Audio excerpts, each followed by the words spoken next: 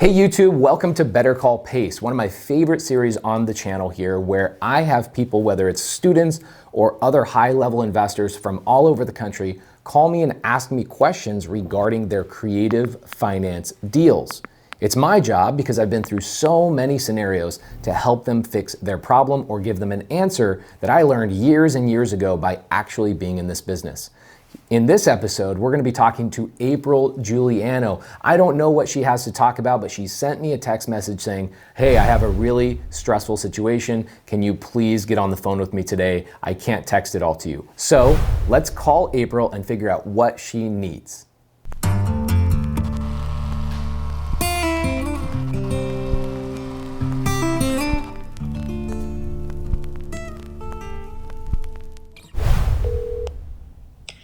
Hi. Hi, how you doing?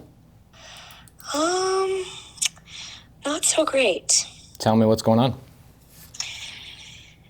Well, a lot going on personally. You just even asking me how I'm doing makes me want to cry. Oh yeah? Yeah. Okay, so the deal with this thing is this guy, I purchased his house Subto in August. Okay. Great deal. He actually gave me $10,000 to take the property because it's about $20,000 over ARV and it needs some work, right? Right. So he paid me to take it, and I took it. Mortgage is only like $400 a month, great interest rate, no big deal, right? Well, I found a rat buyer, sold it on a handyman special. This guy, he's in the military, he qualified. He's got disability, whatever. He qualified, right? Okay. So he asked this, it was in October, and he asked to close on it in December. So he put $3,000 in escrow.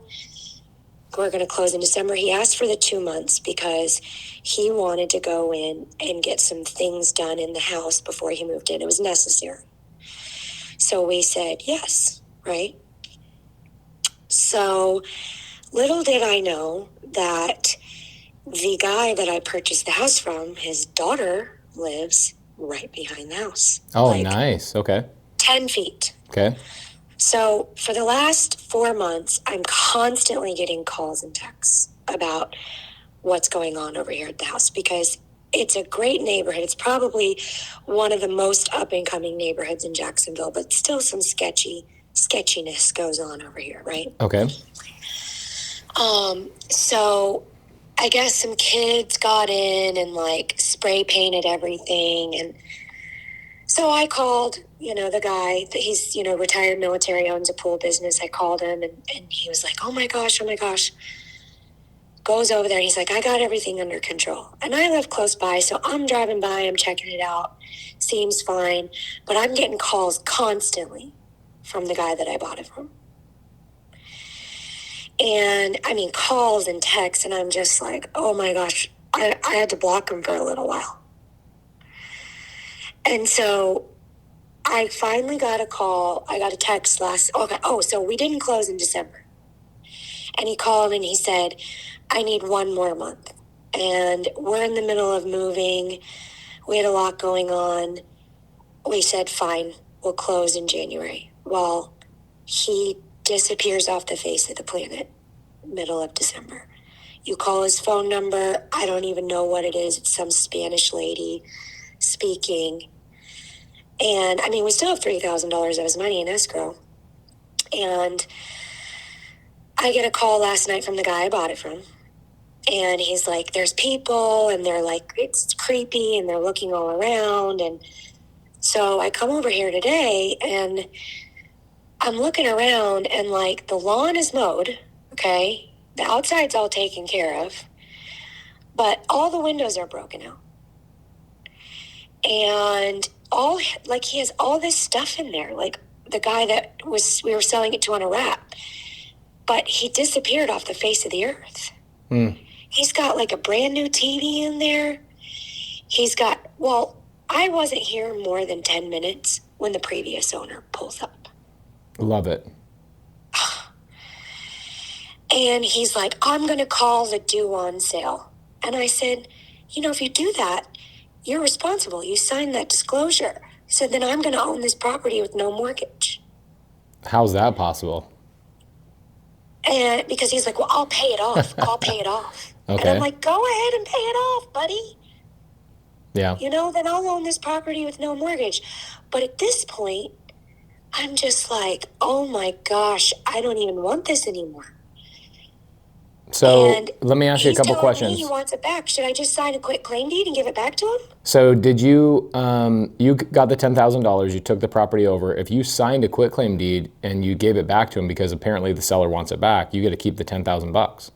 Yeah, and I get to keep the $3,000 in escrow from the rat buyer. 100%. If you don't want the property, then just call him up and just say, hey, you know what? This was my plan with it. Here's what I would do, April. Don't tell him just, hey, here's the property back. Just say, hey, sometimes life gets a little bit crazy, so here's two options. Number one, I keep going with the property and I figure it out on my own, and you and your daughter are not involved. Please don't call me anymore. And I will find my own renter and I'll take care of the property. Don't worry about it.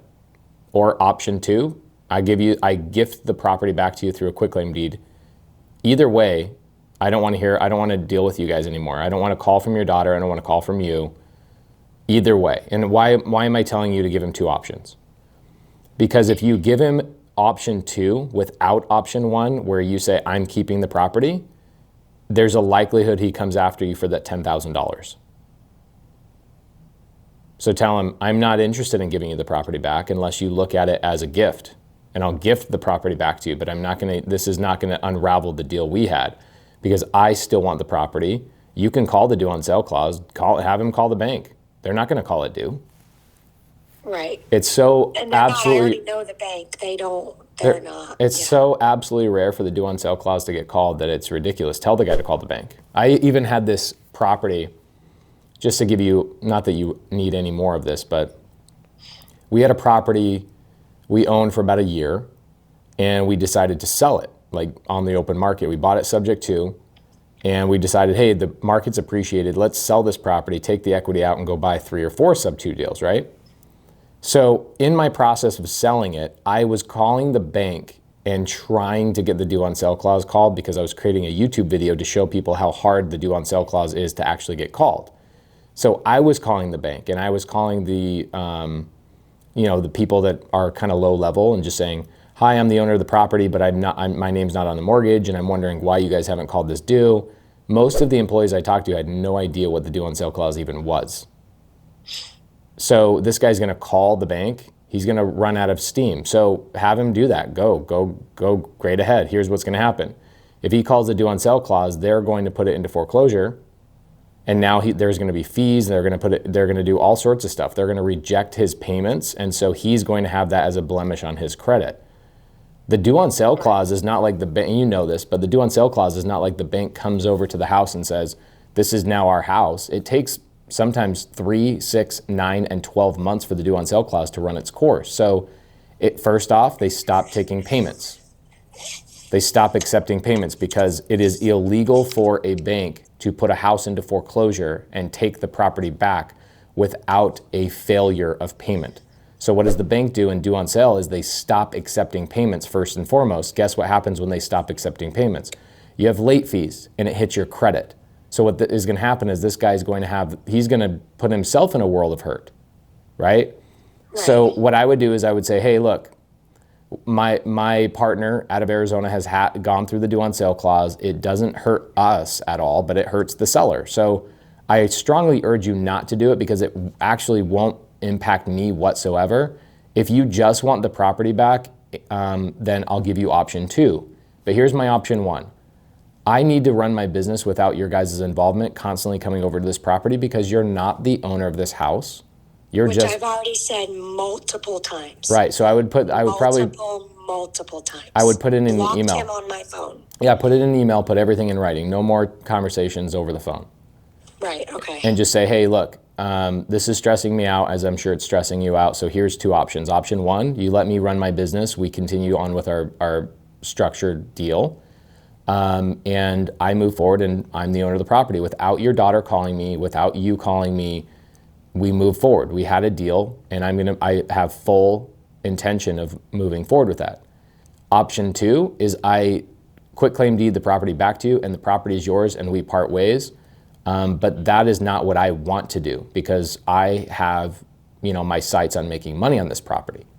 Why would you want to write that in an email? If it ever gets down to litigation, which, 1 in 5, every couple of years you get into some skerfuffle, but you want to have it in an email that says you planned on making money, because if you ever have conversations about damages and all that kind of stuff, they're going to pull up your emails and they're going to look for proof of conversations. And a phone call, obviously this, doesn't give you any of that. An email does. And if you say, I plan on making money with this property, I took a risk of taking over your property, you need to put that in an email. I took a risk on buying this property from you, which is obviously why you had to pay me up front, because of the great risk I was taking on. Put all of that in an email. It's incredibly important. And then send the email, block him on your phone, and just say, hey, I want to keep this cordial and polite, and so the best thing to do is send everything through email. Here's my options. Let me know your thoughts. Either way, I'm good with, but I want to move forward with the property without your involvement. Yeah, when he was here just now, I looked at him and I said, I am not going to have a conversation with you. Yeah. And he kept pushing and pushing, and I said, I am not going to have a conversation with you right now. Okay. That's good. That's what I'm going to do. Here's what I would do is in option 1, so April, what do you really want to do? You want to just give the property back to this guy? I could make a lot of money on this property, but I don't want to deal with this guy. Right. So here's my thing. I would write in an email to him everything I just told you. In option 1, I would tell him, option 1, if we move forward with this, I can't have phone calls. I can't have you guys calling me about the property, because I am the legal owner of this property. That's all there is to it. So what I would do then is, if he comes back and he gets all whatever, I would just say, look, I'm going to get a restraining order from you and your daughter from ever stepping on my property, and push him to option 2. Because I've already told him that, because he's come onto my property and gone in the house after I owned it. Yeah, you can call the police. I've had this happen. We bought a property in January of last year. We stupidly let somebody into the property before they. We let the previous owner stay in the property for a month and a half after we closed escrow, because we were trying to be the nice guys, right? So we ended up having to get the sheriff involved. They're like, this is our house. These guys haven't even paid off our mortgage. And I'm like, well, I showed the sheriff and the constable, here's proof of my ownership. Here's the deed. And they went in, they knocked the door down and pulled these people out of the property. So you have to understand, and you do, I know you do, the sheriff and the constable in your state will pull that guy off the property. It is trespassing, and you can call the police, just like if your name was on the mortgage.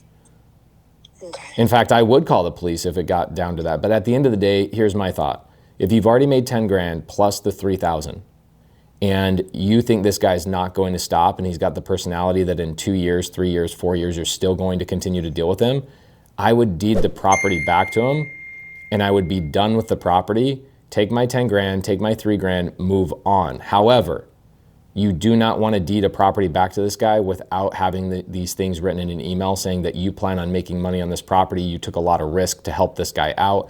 You got to put all of that in writing so that you have proof that you go, look, here was my intention. I told the guy, gave him options.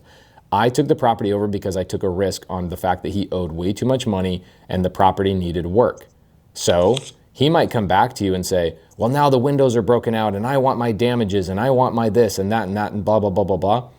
Write your email to protect yourself by saying, I know what I'm doing. I've been doing this for a long time. I have the capital to keep going in this endeavor, and I knew the risks involved, which is why I took the property over.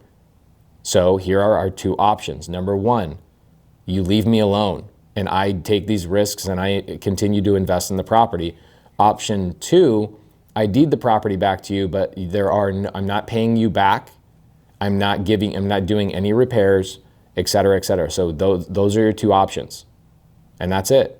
And if you don't like either one of these, I'm calling the sheriff and letting them know that you are stepping foot on my property, and push him. I would push the guy. Let's go through what's the worst case scenario right now. Well, I feel like the worst case scenario already happened. Yeah, that's exactly it. Worst case scenario is this guy comes in and says, I want my property back. Great, take your property back. And then if he decides I'm going to sue you for damages because now the property has broken windows and all this kind of stuff, he would have to sue you, right? He would have to sue you in that process, but you want to make sure that you and him have an agreement that states if I deed the property back to you and I give this back to you, then you and I are done. You and I, there's no legal recourse to me and there's no legal recourse to you. We're just done with this relationship, and make sure that's in writing. And then when you sign the deed over to him, you should have an agreement, whether it's written by, I can have my attorney draft something up, or you can have something drafted up stating, here's our agreement. I'm going to give you the property back in the as-is condition. If the property automatically, blows up tomorrow, I have no legal recourse.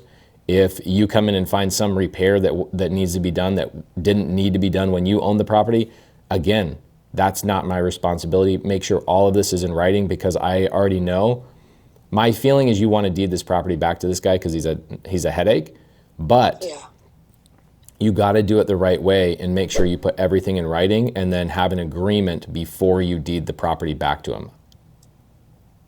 Okay. I've deeded properties back to people that come back, and like, I had this older lady about 4 years ago comes back. She's like, I haven't been able to find a place to live. I want to come back and live in my house.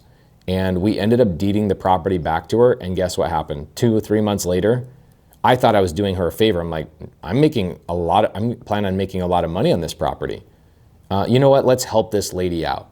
So she moves back in the house, and then she starts calling me and my team and saying, there's dents in the drywall and there's this, that, and the other. They weren't here before. Your team needs to come over here and start fixing all this stuff. I'm like, you moved out of the property and moved back into the property. How do I know what you dented and what I dented? You know what I'm saying? So I know that's on a smaller scale than yours regarding the broken windows and the other things that are potentially wrong. But you need to make sure you have it in writing that he's taking the property over as is, and you are not responsible for any repairs whatsoever. Then the other thing I would do today is I would text your buyer or email him. Email's probably better, and just say, hey, I haven't heard from you. I'm going to give you 72 hours before I sell this property to somebody else and I seize your earnest money. And you want to copy the title company on that, because when you go to them and you say, hey, this guy has breached my contract, they're going to ask you if you have cured him. So it's a cure notice that you're required to give him 3 days to fix his breach of contract. So technically right now, did you give him another month to close escrow in writing? Is that an agreement? No. Okay, then he's technically in breach, right? So what you need to do is write him an email, copy the title company, and say, hey, I'm giving you notice that you are in breach of contract. We haven't been able to get a hold of you, and I'm giving you a cure notice. Okay, the cure notice doesn't need to be in a document, it just can be in an email, just saying, I'm curing you, which means that I will seize your earnest money in 3 days. Okay. Okay? All right. There's been a lot of times where I get a buyer that flakes out and you never hear from them again. And then I actually, in Houston right now, check this out. This is really interesting. Houston is different. Texas is an interesting place. But the earnest money cannot be released back to me unless the seller gives you permission. Right. No, that's how it is here too. Okay, so in my contract in Texas, I actually write in my contract another little disclaimer stating I do not need permission from the seller to get the earnest money. This guy, you already own the property, right? Yeah. Yeah, then you don't need his permission to get the earnest money. The thing is with this seller, you just need to cure him. I'm sorry, not the seller, the buyer. You need to cure him, give him a cure notice, tell the title company in 72 hours you're moving forward with a different buyer, and the $3,000 needs to be released to you. Okay. And also you need to put him on notice that you'll be selling the items inside the property if you don't hear from him. that he's impacting your business and he's causing damages by the property sitting there and getting damaged, and vagrants are moving, all sorts of stuff. Okay. This will be fine. This is good. This is all fun, good stuff. Like, there's nothing bad that's going to happen to you. All right. Other than some amazing stories. This will be just another chapter in your amazing book. It's like stressed. I know. When I go through these things, I don't get stressed anymore, just because I've been through so many of them. And what I do is I just go, this is going to be a really good chapter in the book of pace, So yeah. That's how you should be looking at it, which I'm sure you are. And just keep positive. You're one of the most positive people I know. So just send out the emails. Don't let things that are going to stress you out come to you, which is these phone calls. The phone call, like for me, I just block people on my phone. Like, I'm not going to deal with stress and have to strategize. I'd rather just be really low stress level, be able to write it in an email and be very polite via email, knowing that at some point a judge or another attorney could look at my emails, and just be polite and compliment him and just say, I've had a really great time building a relationship with you. I'm glad I was able to solve your problem in the past. I have taken on a great risk with this property, which is, again, let me remind you why you paid me to take over this property. I fully intend on making making the time I've spent on this property worth my time and make a profit for me and my business. However, these are the only two ways I see this going. Option one, I continue down the path I'm taking and you stop bothering me, or don't say bother, obviously. You and your daughter, please respectfully allow me to continue on with my business without your involvement. There's ways to obviously say, don't bother me professionally. You can handle that. You've always been a business owner, so you can do that. And then, I plan on making money. I took a great risk. The things that are going on at the property have been confusing for me as well. But again, this is the business I'm in. I will handle it. And I would appreciate you guys allowing me to run my business without your involvement. Number two, if getting the property back is your greatest concern, I want to make sure you're happy, even though I am the owner of this property. I will give you a quitclaim deed, but here's my conditions. One,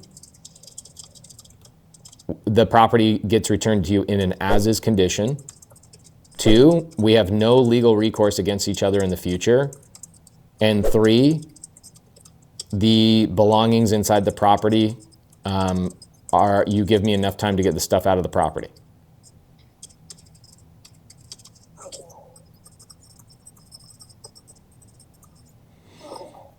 And then again, just say, hey, I really have appreciated our time together. I don't want to ever have heated conversations, which is why I'm emailing you and letting you know that I do appreciate you, and I, blah, blah, blah, blah, blah.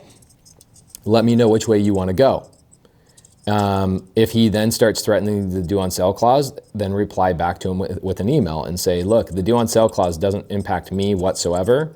The due on sale clause only impacts you.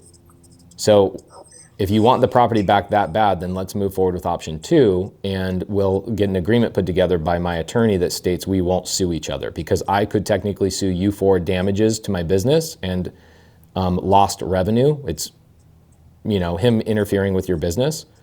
And then number two, I won't sue you for that. And then number two, you won't sue me for anything that you find on the property in 2 years that you could claim was my fault. Right, okay. And then when you're done with that conversation, let me know how it goes. And then with the buyer, again, copy the title company. Hey, I plan on moving forward with another buyer if I don't hear from you in 72 hours. And here's the things that are going to happen. One, I'm going to seize your earnest money because you have breached our contract, and I'm giving you a cure notice right now, and put cure notice in big bold letters so your title company sees it. Because here's what happens when the earnest money is released from the title company to you. The escrow officer has to make the decision that it's up to her. And if there's a legal dispute, they pass it to their legal department, and the legal department then looks at all the correspondence, emails, etc., and they see if you've actually given this guy a cure notice and given the time to fix his breach. If you haven't done that, the legal department will then tell you to do that, and then you'll have to go through that process anyway. So just start the process by writing the email about the cure notice, and then giving him 72 hours to also come and pick up his belongings. And if you don't hear from him, the smart thing too, April, I've done this multiple times as well, is I would take a screenshot of my text message with him. Say, I haven't heard from you. Here's a screenshot of the text message in this email letting you know I've reached out to you multiple different ways. So even if you're not somebody that checks their email frequently, I have texted you as well. And then that way everybody, legal department, escrow officer gets a copy of all of those things. And you're just like, in 72 hours, I'm going to the property. And I would then, just for fun, I would call the police department and say, hey, I bought a property from a previous owner. If this guy continues to come on my property, what is the proper process for keeping him away from my property? Do I get a restraining order, and what's the process for that? Do I just simply call the police when he comes over to my property? What is the easiest way to solve this buzzard that keeps flying around my house? Okay. All right. I wrote it all down. Thank you. Awesome. Let me know how it goes. All right, I will. Thank you so much. Good luck, and this is going to be a fun chapter in your book. Okay. Okay. All right. See ya. Thanks. Bye. Bye. So guys, that was a really good conversation with April Juliano out of Florida. She's one of my students. She does a lot of deals. In fact, if you want to go listen to her on my podcast, Get Creative, you'll hear her story about how she started in real estate this year and currently has like 40 houses in her pipeline. It's absolutely epic. It's incredibly mind-blowing how good of a job she's done. But that conversation was very stressful for her. And I can understand that. Sometimes these are the worst types of things that happen in real estate. So when people say, oh my gosh, real estate is really risky, you heard the way I handled that, gave you very, very specific details of exactly how to handle a Subto seller who sold to you on subject to and comes back to you and says, I want the property back. There's multiple ways you can handle that, but that is the answer for her in her situation. So if you got any value from Better Call Pace, please like, subscribe, hit the notification bell, and let us know we're doing a good job. Let us know that you're liking the value. This is what I do for a living.